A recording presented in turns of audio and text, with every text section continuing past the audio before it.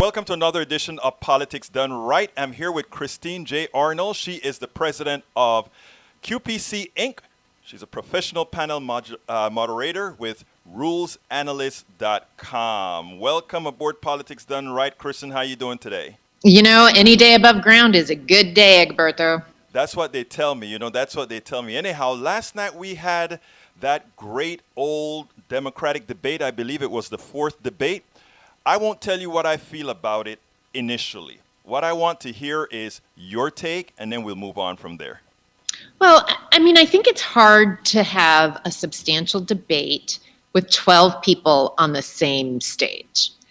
That being said, if you think about 12 people, 3 hours, you have 4 commercial breaks, how much time can people really have to get into substantial issues? That being said, I think that this was an opportunity for the American public to maybe get to know some of the candidates a little bit better. We have some candidates that had never been on the main stage before. And so I think it was, we didn't have any opinion journalists this time who kind of brought their biases to the table. We had a little bit of bias, but for the most part, I think it was a decent debate considering. Well, my concern was I am sort of very issues-based, and what I found lacking was a lot of, let's say, people talking about issues. Let's give an example. Did you hear anything come up about CDI or one of these things that are impactful at this time, and nobody really talks about it? Yeah, so the topics are decided by either the DNC and or the moderators. Now, the only new topic that we had that was different than in past debates was foreign policy, which I expected Erin Burnett to be the one asking those questions because that's her area of expertise. Yes. No. So that was kind of surprising. And so, the whole idea about having a diverse moderator panel was so that you could have more racial and gender visual diversity representation. Well, we still haven't talked about women's issues, and I don't think we've really done a good job about multicultural issues. We've talked about racism, but that's just one factor. Right. So the whole reason why this big brouhaha about, we need more visual diversity, and yes, we're going to have people of, color and a woman. It's like, well, okay, where's that discussion? So, if you're talking about the topics, but I'm not sure the moderators really pick the topics. I'm almost thinking that the DNC does that. And the challenge with only giving people 75 seconds to talk, to answer, is it's not substantial enough. Now, what I liked about what the moderators did this time is after we got through some of the preliminary first questions, and they were closed questions, should Trump be impeached, yes or no, or some variation of that. What they did that I liked that they have not done in past debates is they said, so tell us more about the plan. Tell us, how would that work? Tell us, so they asked people to go beyond their positional statements and tell us more about what you have in mind versus just trying to, do stump speech stuff. That's my frustration with these very short responses, is you can't go very deep.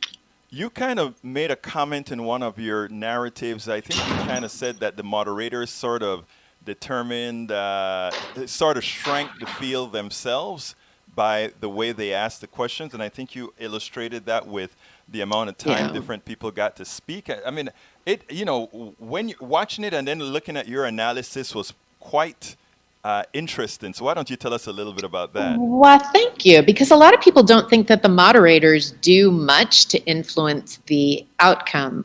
But if you think about it, the moderators decide who they're going to ask questions to. They decide how the question is phrased. So if I include Egberto in my question, but I send it over to Elizabeth, then Egberto, because I mentioned you in the question, you get to rebut that. Right. But if you put your hand up and you go, oh, I want to pile on that, then I get to choose you. So there's really three ways that I severely influence whether you have airtime. Right. So in this particular debate, Elizabeth Warren had 23 minutes of time. That's what I noticed. She dominated the amount of time of coverage.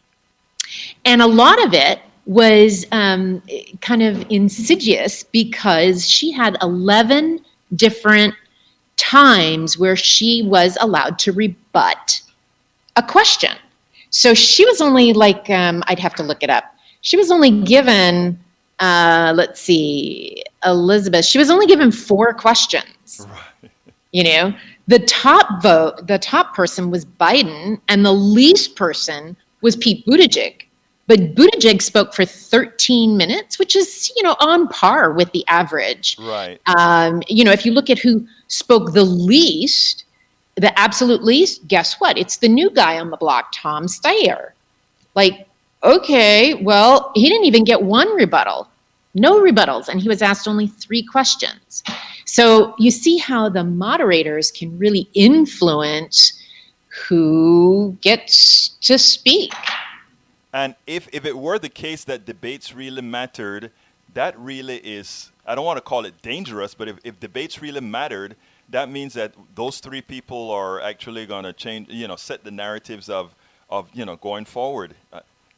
Right. Now you're saying something pretty interesting. If the debates really mattered. Now, I got to tell you, this debate has the absolute least amount of media discussion that I've seen in all of the previous debates. And part of it is because they released the qualification levels for the November 20th debate before this one even came on.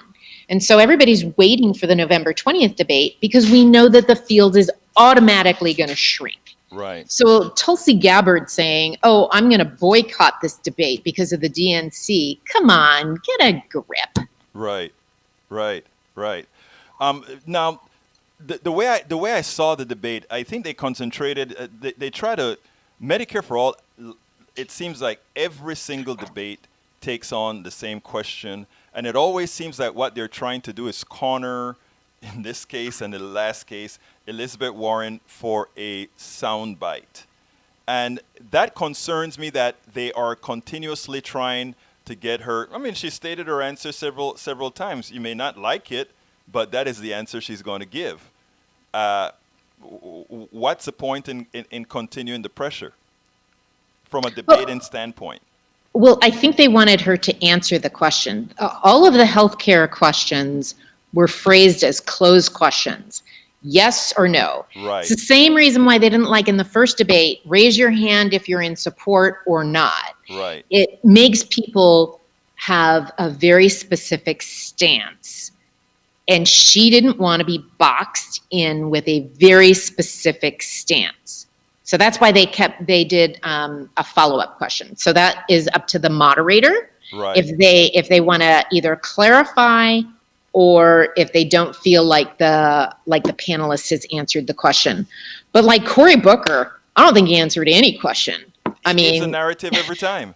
He gives his narrative every time. He goes off into left field and talks about a question that we talked about 4 times ago. Whatever. But you know what? He was the one who brought up the women's issues. Yes, he Kamala did. touched on it. She touched on it, and he picked up on it. Expanded on it more so than even Kamala, Right. as I recall. Right. So I mean, I know you like the way the moderating sort of went from a mechanics point of view. From a political point of view, I must admit that I hated it. Well, I mean, what are you going to do? By the way, 3 hours is way too long. Yes. I was done after 2. And so, you want to cover a lot of issues. You want to cover some new ground. I think that they could have covered some newer ground. But I think the process that they use, considering all of the hoopla, it was okay. Was it my favorite? No.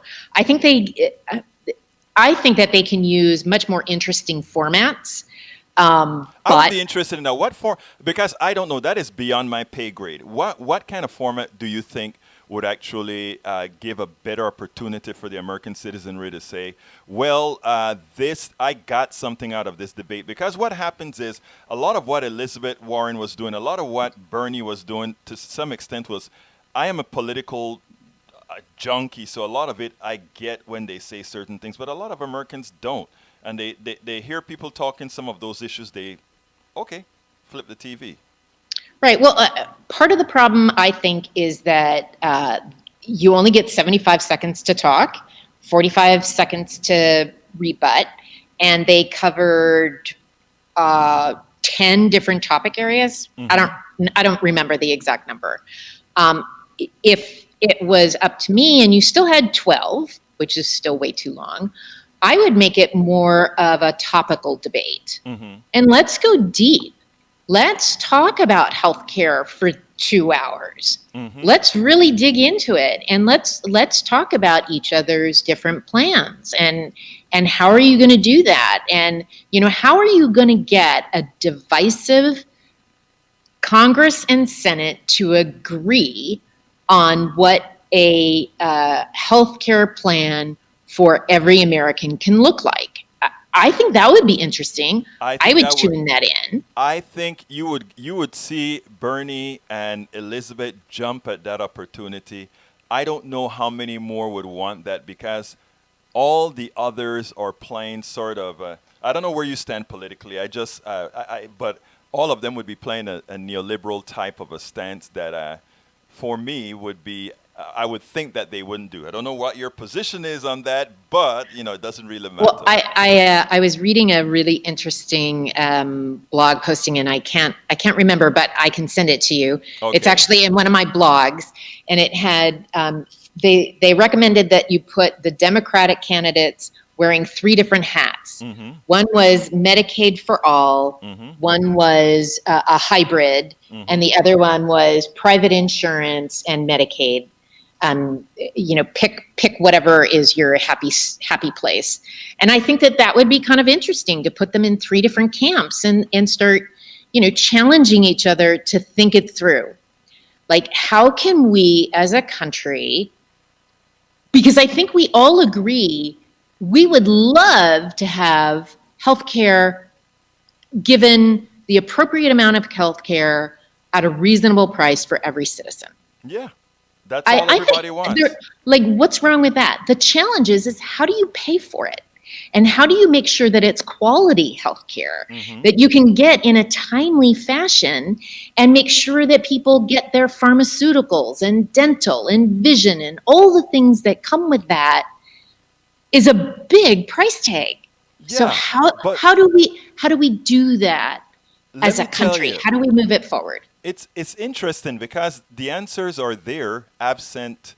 Again, I don't know that the answers are there, absent us falling for what I call the national jive, and that is, we are of the belief that math no longer plays a part in healthcare, right? In other words, I don't think anybody wants a nationalization of doctors and nationalization of everything.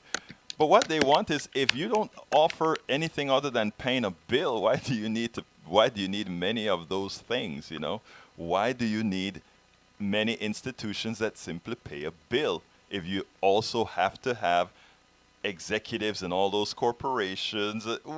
Maybe you can tell me. I'm still trying to figure that one out. I'm not going to weigh in on this one, because I'm just talking about how the debate moderators go, and using healthcare as an example. I think a deep dive of answering those kinds of questions that you have, Egberto, I think would be interesting. I think so wouldn't you like to know where they run on that one? Well, Christine, I think it is time for you to go ahead and talk to the DNC about helping them with the debate. Maybe they'll listen to you and have that on a per issues basis, because I'd like to see on a per issues basis for the environment. I'd like to see a per issues basis on college. I'd like to see a per issues basis. I mean, we can have 20 debates on different issues that matter. Well, you know what? They have 12 of these scheduled, and we've just done 4. There are 8 more on the docket. Only one date is officially confirmed. So there's plenty of time. I mean, if you think about it, we have such a long ramp up Yes. of this presidential season. It's shameful. I'm sorry. It's why you spend half of the 4 years campaigning, Right. Sometimes Well, so I married a Canadian, and they don't even let them start politicking for prime minister. They actually they vote for their party that they want in power, and the prime minister is the head of the party. Yes. And they don't do it. They don't allow anything to happen until 60 days before the election. Period. Did you just say you're married to a Canadian? I am. So you really have healthcare issues that you guys talk about.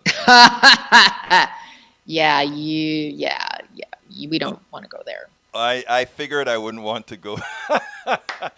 I tell you what, thank you so kindly, Kristin J. Arnold, president of QPC Inc. She's a professional moderator, as you can see, and she's with rulesanalyst.com. Thank you so kindly for having been with us at Politics. Thank you, Egberto.